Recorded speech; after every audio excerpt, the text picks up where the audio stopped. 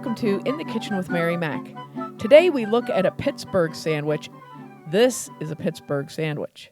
This sandwich is called the Devonshire, or the Devonshire Sandwich.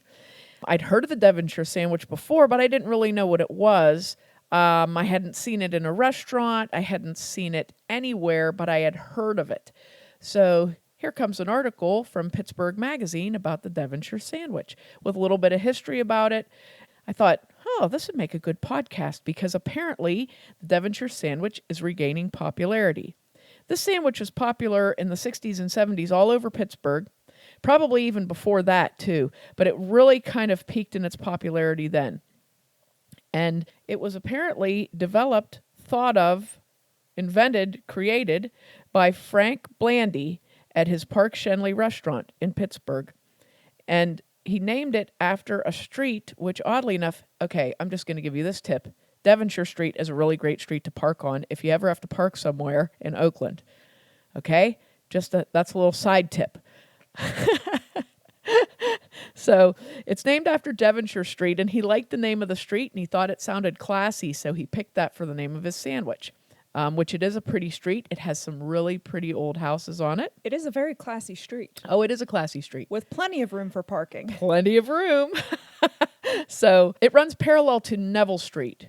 There's a long story of why we know this, so we'll just leave that out for now.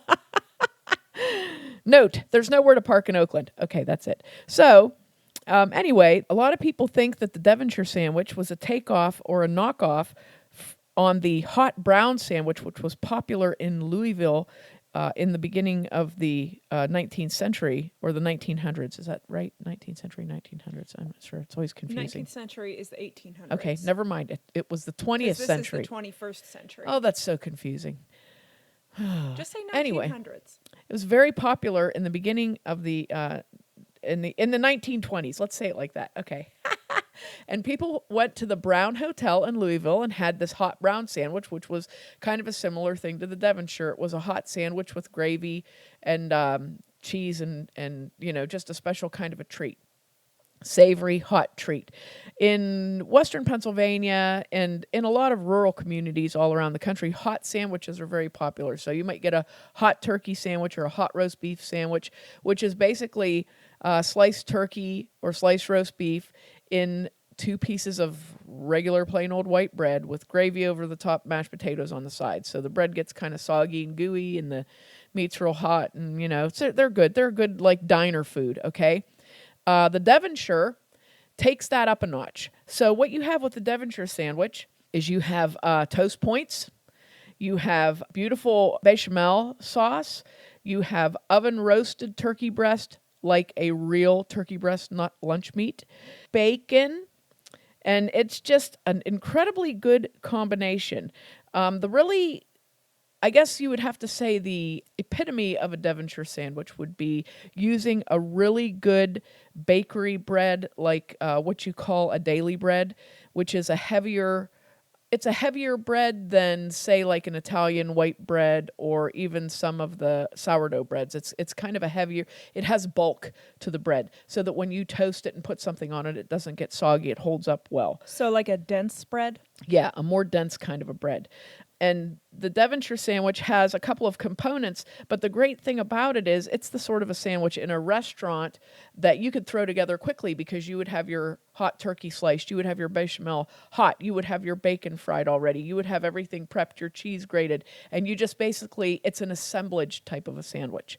Okay, so it can be put together really quickly, which is one of those beautiful things about diner food. It's hot and delicious, but it's something that can go together pretty quick. It's not something that somebody's actually back there cooking at the time. So I know a lot of places around the city are serving this sandwich now, and what I'm hearing, what the rumors are, is they're using turkey lunch meat, which is a no-no in this sandwich. And I heard they're also not using really good bread for it, so it gets kind of soggy, and the turkey lunch meat doesn't have the flavor that you'd get. So I'm going to give you a recipe for the sandwich. I made them.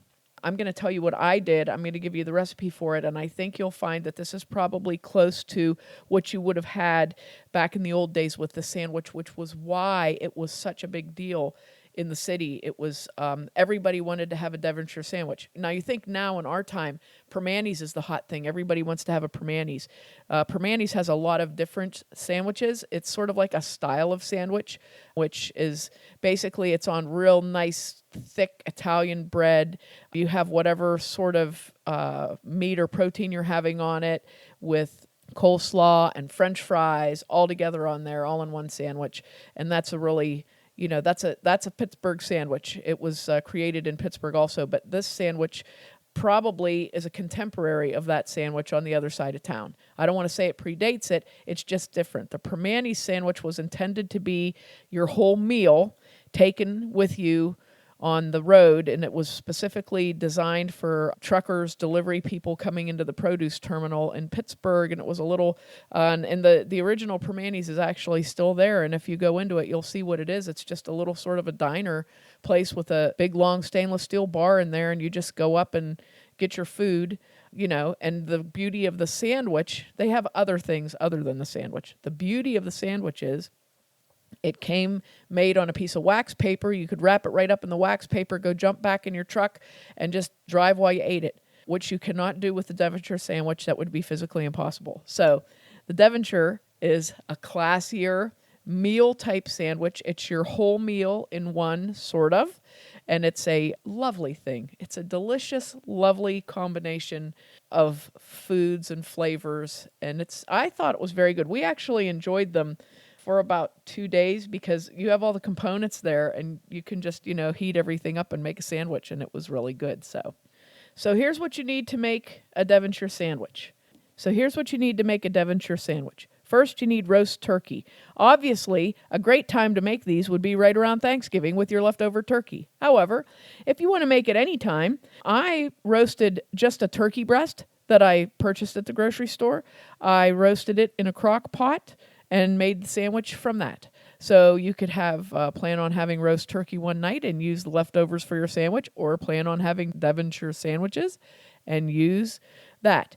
Another thing you could do is cheat, and a lot of stores, grocery stores particularly, sell a pre-roasted turkey breast that you can get in their deli department. It is actually a whole turkey breast that is pre-roasted, and you take it home hot for a hot meal.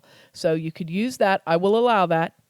However, like I said, you can just get a turkey breast and roast it in a crock pot. So that's what I did there. Bacon. You want your bacon to be good quality, thick cut bacon. You want it to be cooked crisp, but not hard. So I think I've given this tip a couple times in other podcasts. I do my bacon in the oven, 375 for about 20 to 25 minutes. Usually just keep an eye on it and you'll see when it's right. And what you want it to be doing is kind of like frying in its own grease. And you'll see that the bacon is nice and crispy and not limp, but not burned black either. So you can do your bacon and drain it and have that all ready to go. Okay. Next, you need a good hearty bread. Day old is good so it doesn't get mushy, but yet it soaks up the sauce. So that's a good thing to use. I used a bread called Pan Turano. I purchased it at Aldi. It's a sort of an artisanal Italian-style bread, so it's not real soft and squishy. It's dense, kind of a sourdough.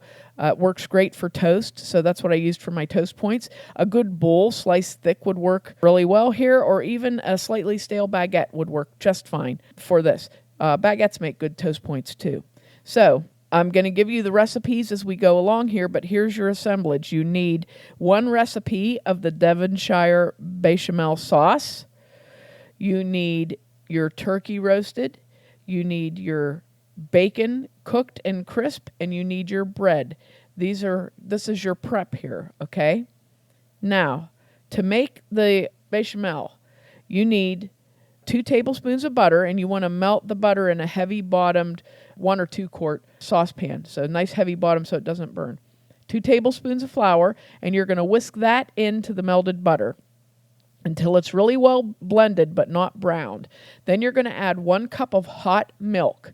Whole milk works the best, so I would recommend using whole milk for this. And you're going to whisk that really well and let it cook for about 5 minutes until it starts to thicken. So basically, bechamel is like a white sauce here. So basically you're making white sauce. But for this, you're also going to whisk in about a half a cup of your turkey juice from roasting your turkey. Okay, so if you say, "Oh, I'm going to make these after Thanksgiving with my leftover turkey," remember to save some juice. If you roast your own turkey yourself, save some juice out of it. You only need a half a cup, so it's not not a ton of turkey juice. But that's what you want to use. You want to use that turkey juice in your bechamel. After you blend that in, you're going to add a half a cup of shredded cheddar cheese and stir that in, remove it from the heat, and stir it up until it's nice and smooth looking. This is the bechamel that's going to go on the sandwich, okay? What makes it different from other sorts of sauces like this is, number one, it has broth in it, but the broth is that turkey broth that you saved, okay? Bechamel typically doesn't have broth in it. It can have cheese in it, but typically not the broth. So there's your sauce. Now you've got your bacon ready to go and drained.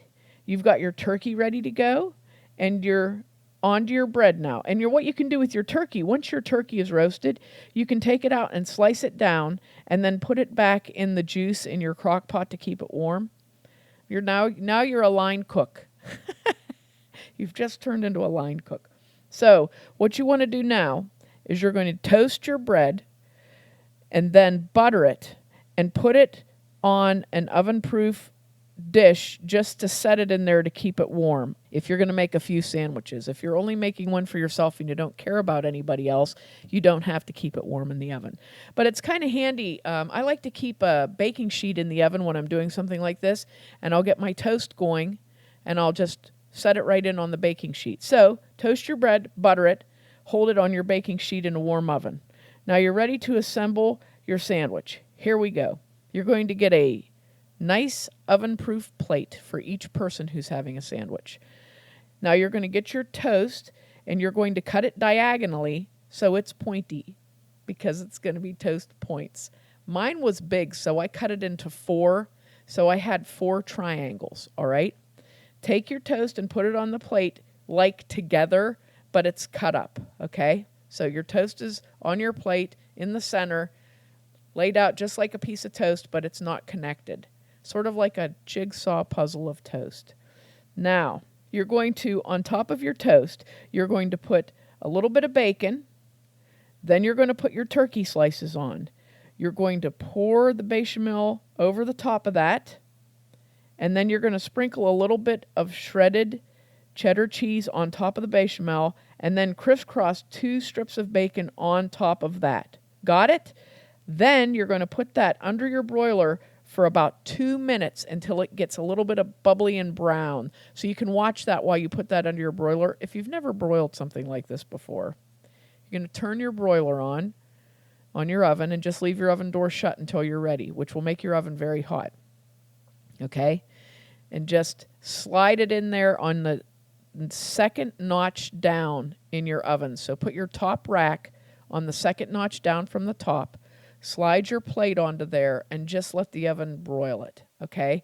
And it will just get nice and bubbly and brown, and your bacon will bubble up a little bit too. And it will warm it throughout, really, but what you really want to do is melt that cheese on the top and get it all nice and browned and bubbly. And then you're ready to serve. You can also add a slice of tomato on top of this. That's not in the original recipe, but it does come in some of the recipes, the slice of tomato, and it's very good with that slice of tomato. We did both ways, and we liked it. So that is your Devonshire sandwich. It's very impressive. One nice thing about this, if you wanted to have a few people over and have these sandwiches for dinner, it's an easy dinner to prep in advance, number one. And number two, you can make a lot of sandwiches with it. You could probably, if you got a small turkey breast and roasted it yourself and prepped everything, you could probably get like 10 or 12 sandwiches out of this. So it would feed a group of people. Pretty easy to put together. The main thing is the assembling, getting your toast all going at the same time and all that kind of thing. But the main thing is the assembling. But this is a really good sandwich, which is why I wanted to do a podcast about it, because I kind of have heard a couple people, a few reviews of them around town. They're kind of getting a bad rap because they're not up to par, so to speak. So remember now, this sandwich was a very high-class treat in a restaurant. This is something that you went out specifically to get this sandwich. So this was special, which is why you don't want to use turkey lunch meat in it. So I'd say give it a try. I highly recommend it. I thought it was really good.